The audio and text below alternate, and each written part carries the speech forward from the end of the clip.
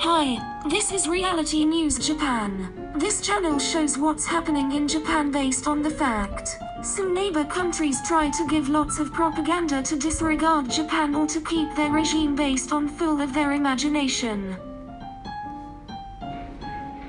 This time is about how Japan export control is broadcast in overseas. Actually not many articles are issued, either majority seem not to have interest so much. But I cannot avoid to pick up a kind of fake news by Wall Street Journal, who is one of the media to accept Chinese money according to UK The Guardians and seems to have strong relationship with China Watch. The article is issued on the 2nd of July, 2019 with the title Japan, a champion of free trade, takes a page from Trump's playbook. Its authors are Mayumi Negishi and Young-Jeong. It looks co-written by Japanese and South Korean. I would say with my impression to read this article is full of fake or fantasy and to try to imprint wrong image of Japan, picking up the opinions only from South Korean side.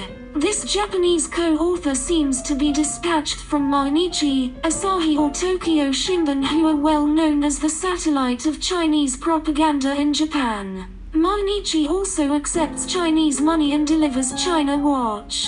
The author Mayumi Negishi looks alike the so-called journalist of Tokyo Shimbun who is famous for stupid questions to the government and criticized wasting the governor's time and money. Followings are examples from WSJ. Concern is rising in Japan about damage to the global technology supply. This is exactly what South Korea claims, and some governors visited to US to tell this around 10th of July. If Samsung, LG and others have trouble making chips or displays for global products, that could hurt Japanese suppliers for iPhone, referring Bloomberg article.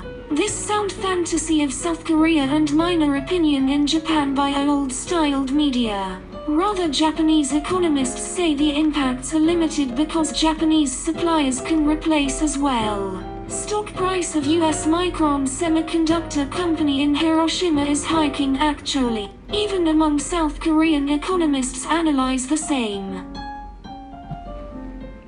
Curbing export. This hurts Japan as well as South Korea, and it damages of Japan's reputation. Free trade is like a bicycle. If you stop pedaling, you fall down. Japan's decision to attack Pearl Harbor in December 1941 was sparked by an American export embargo. No one think it damages reputation of Japan. Nobody interested in other countries. It also pick up about Pearl Harbor stuff, though it has nothing to do with.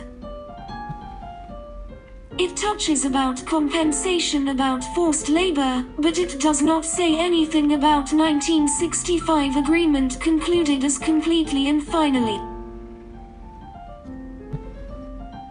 Just after G20, Mr. Abe's government suddenly slapped South Korea with trade restrictions. It said Seoul had let sensitive materials be shipped to a third country, but declined to say publicly what the country was or when this happened.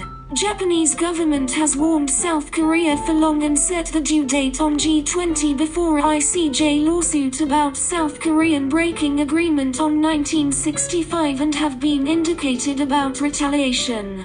Despite of this, South Korea did not answer, and many smuggling cases were found. It is reasonable to tighten export controls to South Korea. First of all, Japanese government never says it is sanction caused by forced labor. South Korea never be a winner even appealing to WTO, as Japan has just tightened the export controls to black country. That is responsibility of shipper side.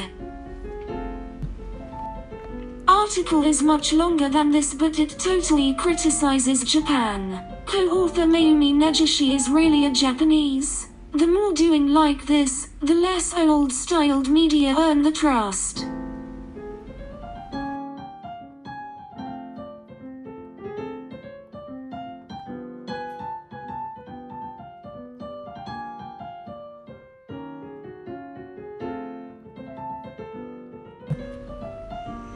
Thanks for watching the video. I have lots of topics to show you, based on the truth. See you next time.